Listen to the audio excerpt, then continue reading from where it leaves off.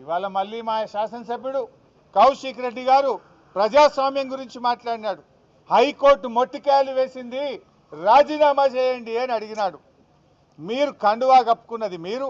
ట్విట్టర్లో కాంగ్రెస్లో చేరాను అని ట్విట్టర్లో పెట్టింది గాంధీ గారు. కాంగ్రెస్లో చేరిన సందర్భంగా ప్రభుత్వ సలహాదారు వేం నరేందర్ రెడ్డికి కండువా కప్పిన ట్విట్టర్లో పెట్టుకున్నది నువ్వే. ఇవాళ నా నియోజకవర్గ అభివృద్ధి కోసం కాంగ్రెస్లో చేరుతున్నాను మీడియాలకు ఇంటర్వ్యూలు ఇచ్చింది నువ్వే. పిఎస్సి చైర్మన్ కాగానే నేను ప్రతిపక్షంలో ఉన్నా, నేను కాంగ్రెస్లో సిగ్గు లేకుండా మాట్లాడింది కూడా నువ్వే. ప్రజలు నవ్వుకుంటున్నారు.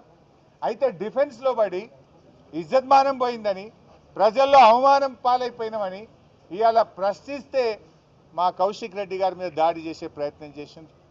అంటే ఈ దాడి రేవంత్ రెడ్డి గారు చేయించిన దాడి. ఇవాళ పోలీసులు ఏం చేస్తున్నట్టు? నేను 3 సార్లు మాట్లాడాను. మా ఎమ్మెల్యే గారినేమో హౌస్ అరెస్ట్ చేస్తారు.